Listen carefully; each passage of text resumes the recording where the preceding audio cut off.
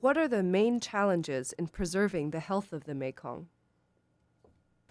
You know, to be frank, it's almost hard to tell because I think we really don't have that much data.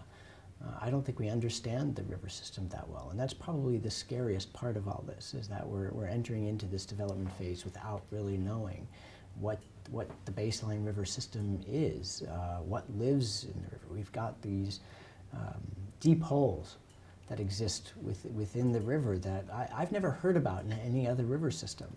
And so what lives in there? Do we understand, the ecology, and do we understand what changing the flow regime would mean to some of those very unique systems?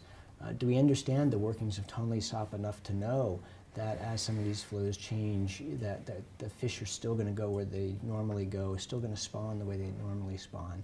What kinds of fish will do this, what kinds of fish won't? I don't think we understand enough about how the basin works right now to do some of these projects in a manner that we would feel comfortable with. And I mean we, by the global community, would feel comfortable, and not to be judgmental about that.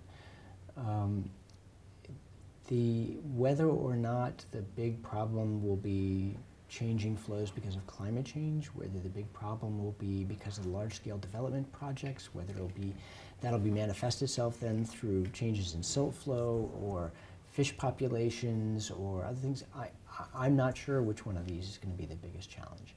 I mean, it might be easy to assume that this is going to be about food, and the fact if we change the river system in a way that impacts agricultural productivity or protein production, then that's going to be the most significant issue.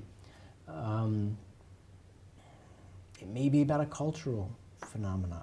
It's hard to tell. You go to some regions, and these river systems are iconic, and they're integrated into the social and religious fabric of a community. And what does changing that river system do then to that community and that local culture?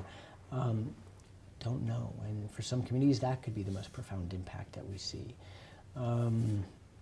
It could be that this becomes a tool for achieving other political goals and objectives and aims within a particular region, and we've seen this in other cases. And so the most profound impact is that, no, it gives the potential for one country to regulate the flows of water into another country, and that raises a whole host of other issues. So I'm not sure which one of these is going to be the biggest for this particular region. I think the greatest challenge we have right now is just understanding the basin, what lives in there, how it works, and how is it that we can develop it in a way that protects those things that we think are important.